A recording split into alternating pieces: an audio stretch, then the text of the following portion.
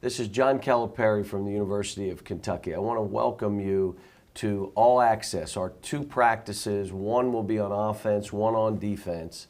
You're going to see that we're going to have a lot of coaches in the building, but it's a benefit because I will slow down a little bit. I will explain the drills a little bit more, why we're doing the drills, so you're not just watching a drill, you have an idea of what we're doing.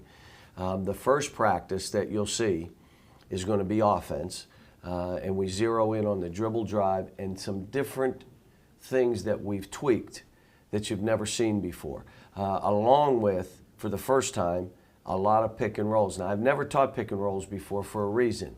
My best players had the ball, and I didn't want to bring another defender to them. They were better by themselves in isolated situations.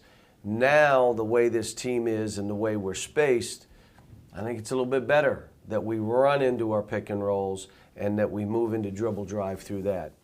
Let me tell you what we're doing in transition, just so, Coach Robick, you go there. Preston, go on the other side. The old way, the conventional way of running guys down the middle of the court, do you see how open this court is if we're running like this? Now, I've got a point guard that can take it on a bounce and shoot layups. There's no one up there to bother him. My 4s and 5s can all shoot. So what we're doing, and what if we start, and I don't know, but what if, let me put it this way, what if at one point in the game it's Darius Miller, Michael Gilchrist, Terrence Jones?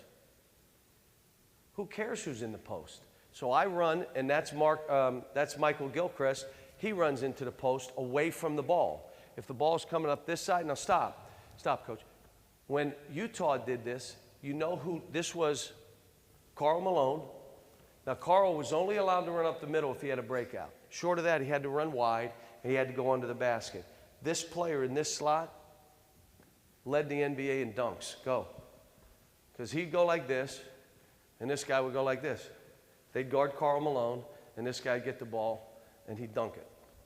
So that's why we're doing it. So now, again, I know it started with Coach Rupp in 1942, and we've all been doing it since then.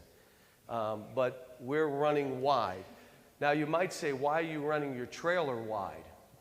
So now Coach Robick has the ball, and he loops. Here's why I'm doing it.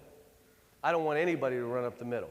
Nobody. So if Coach loops, your point, loop, he catches it and I throw. I know he's going that way. I have to come outside. Now, you may say, well, why would you do this? Now, watch this angle. When I go from here and Coach is inside, my angle is right at the top of the key. So whether he threw it ahead, all right, stop, I'm right at the top of the key, which is right in line with that pass. If he wants me to pitch, I'm running downhill from right here now. So now I have this, okay? If it's a pick and roll, it's still fine. So what we're doing is now I can run at this angle, and if the guy goes under, it's going to be a rescreen. Go. If he goes under me, I chase him, and he comes back off, and we play. But that's the angle I want that guy running. So we're running everybody wide. Now, will I change? If it's not working, I will. But I like what I'm seeing right now, and I like what I'm seeing, how we're all flying and we're wide.